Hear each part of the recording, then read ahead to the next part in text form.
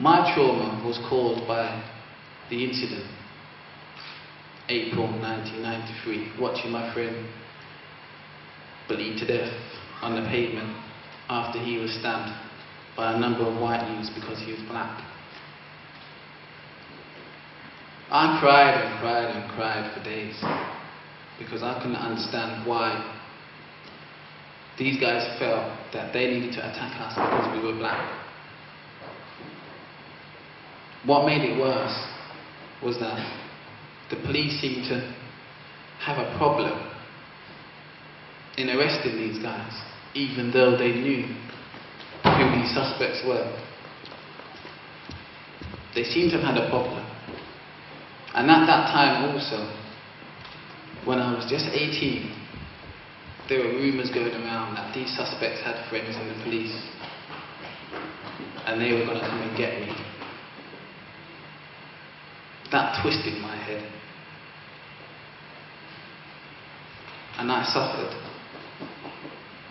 And because of that, I got what they call post-traumatic stress disorder. And I had it for a few years. And it followed me through the major events of my Stephen Lawrence life. But then I said to myself, well, look,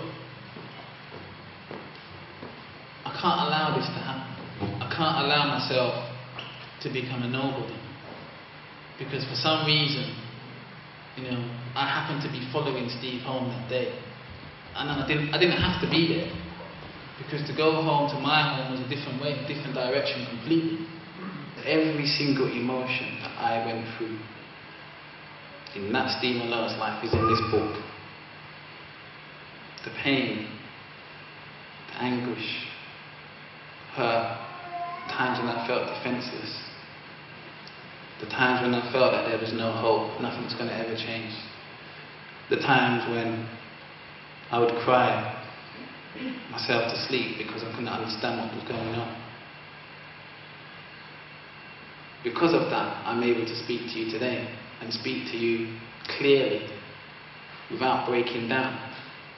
Because yes, the emotions are still here when I'm speaking to you, and while I'm speaking to you now, I'm remembering things that happened. But I can control the emotions now, but before I couldn't. The book also goes on and talks about my relationship with the police, because we all have a relationship with the police. All of us do.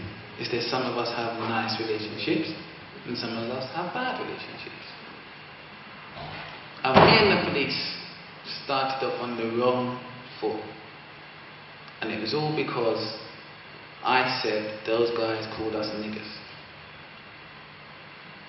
On the night of the murder, the police refused to accept that we were there minding our own business, waiting for a bus, and these guys come along, called us niggers, and stabbed Steve. They couldn't understand that. As far as they were concerned, they wasn't calling us niggers. That was Steve. They was calling Steve my nickname that I didn't know about, because they knew him and I didn't know him. And then when it wasn't that, it was, oh, maybe they called him something else. I don't believe what you're saying. They wouldn't have called you that, would they? To what really happened? I don't believe what you're saying. What did they really call you? What were you doing there?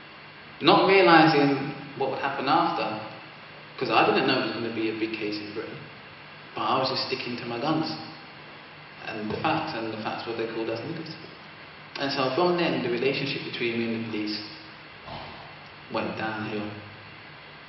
I started to do things in the community around racism, injustice, inequality,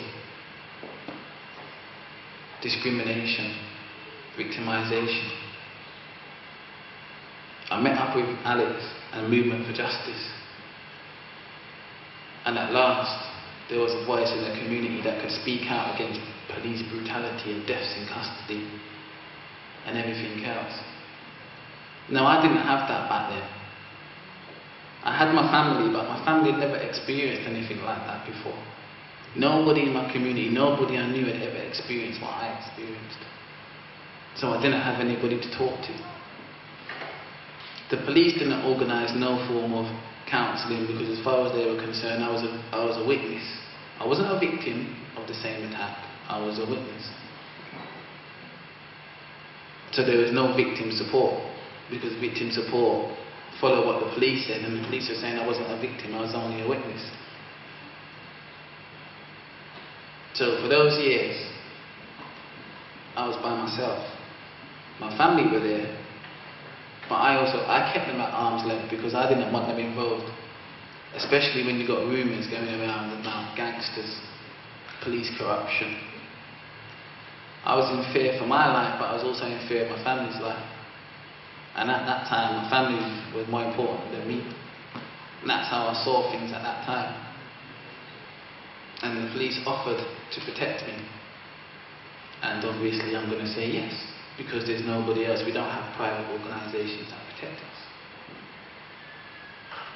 And while I was being protected by the police, and never did I feel safe, never did I feel, okay, nothing can happen to me because the police are protecting me. That never happened. I felt more frightened having the police.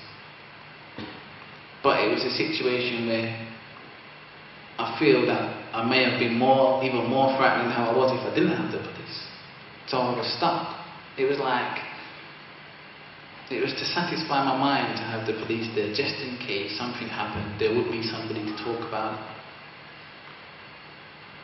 But it turned out that one of the police officers that was protecting me was a friend of one of the suspects that, imagine that, this boy stabs my friend to death, and his dad, one of his dad's closest friends, is protecting him.